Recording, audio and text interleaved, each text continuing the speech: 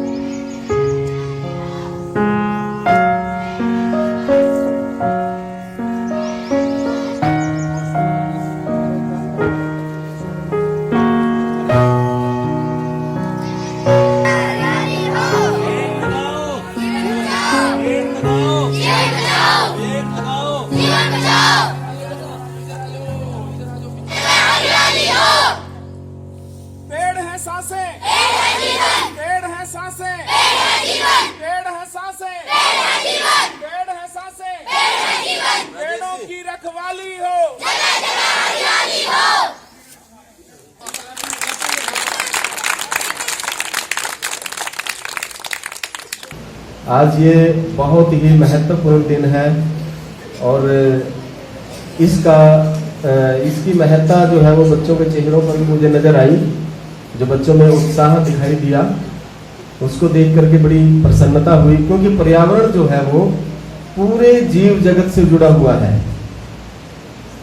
देखिए, प्रकृति से हमें ये चीजें हमें लगता है कि मुफ्त मिली हुई हैं, लेकिन वास्तविकता ये है कि हमें ये मुफ्त नहीं मिलती।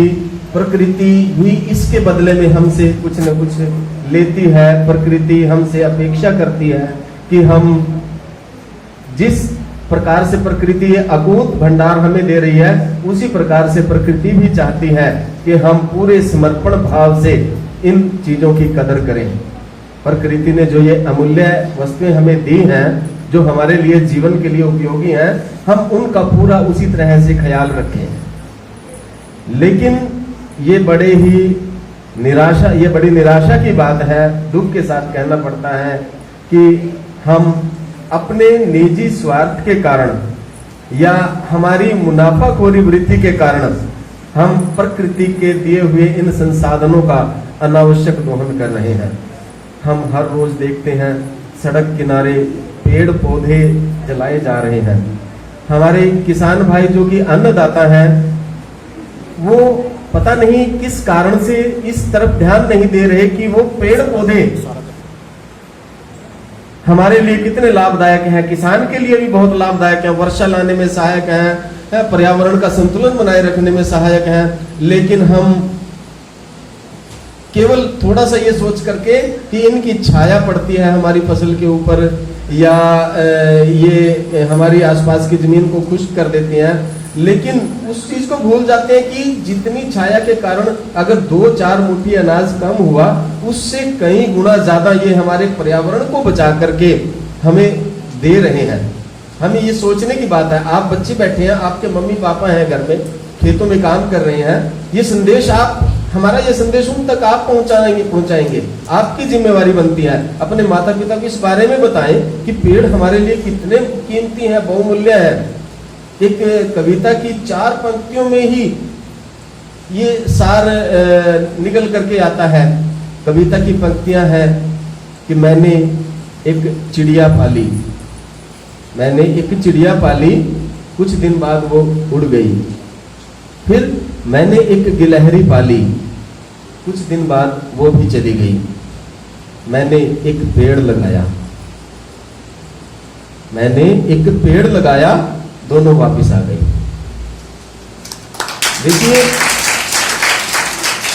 पेड़ कितना कुछ हमें देते हैं, जीवन के उपयोगी बहुत सारी चीजें, शुद्ध वायु, शुद्ध पर्यावरण, बारिश और बहुत सारे पदार्थ जो हमारे लिए जीवन के लिए जरूरी हैं, वो सब हम पेड़ों से मिलते हैं। तो हमारी भी जिम्मेवारी बनती है कि हम पेड़ लगाएं, पेड़ों की देखभाल करें, जिनको लगाया उनकी देखभाल करना बहुत जरूरी है, उनको बचाना बहुत जरूरी है।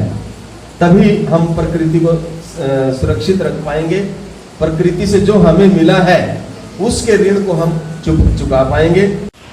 तो ये बहुत बड़ी मिसाल हमारे सामने सोमनाथ जी का जीवन और सोमनाथ जी की शहादत हमारे सामने एक आदर्श के रूप में रही और उनकी याद में यहाँ पे शहीद सोमनाथ स्मारक समिति का गठन महेंद्र जी उसके साथ जुड़े हुए हैं, गुंजन और बहुत सारे साथी, मान सिंह जी, देवेंद्र जी और बहुत सारे साथी हैं, मतलब सबका नाम। तो उस ऑर्गेनाइजेशन के द्वारा ये पिछले कई वर्षों से, करीब 10 वर्षों से ये बीड़ा उठाया गया कि पर्यावरण दिवस पे हर साल कहीं पे पौधे रोपे जाएं, मिलकर के इकट्ठा कलेक्शन करते हैं और पौधे। अभी तक की ये रिवायत रही है कि गांव में सर्वे करके गांव के लोग जिस तरीके का पौधा बोलते थे उस तरीके का पौधा ला करके डिस्ट्रीब्यूट किया जाता था। इस बार ये कि स्कूल में पौधे लगाए जाएं और ये स्कूल सुंदर बने, इसके लिए हम सोमनाथ स्मारक समिति के तमाम साथियों का जिनका सहयोग रहा है उनके आभारी भी हैं और उनके साथ भी हैं हम सब साथी। हमारे सामने एक जो स्कूल मिसाल बना है, राजकीय मॉडल संस्कृति प्राथमिक पाठशाला नन्हेड़ा का स्कूल हमारे सामने मिसाल बना है स्कूलों के मामले में। और सर ये वो स्कूल महेंद्र जी उसके मुखिया हैं, उधम सिंह जी बैठे हैं और हमारे सुनील सिवाज जी वहाँ पे कार्यरत हैं।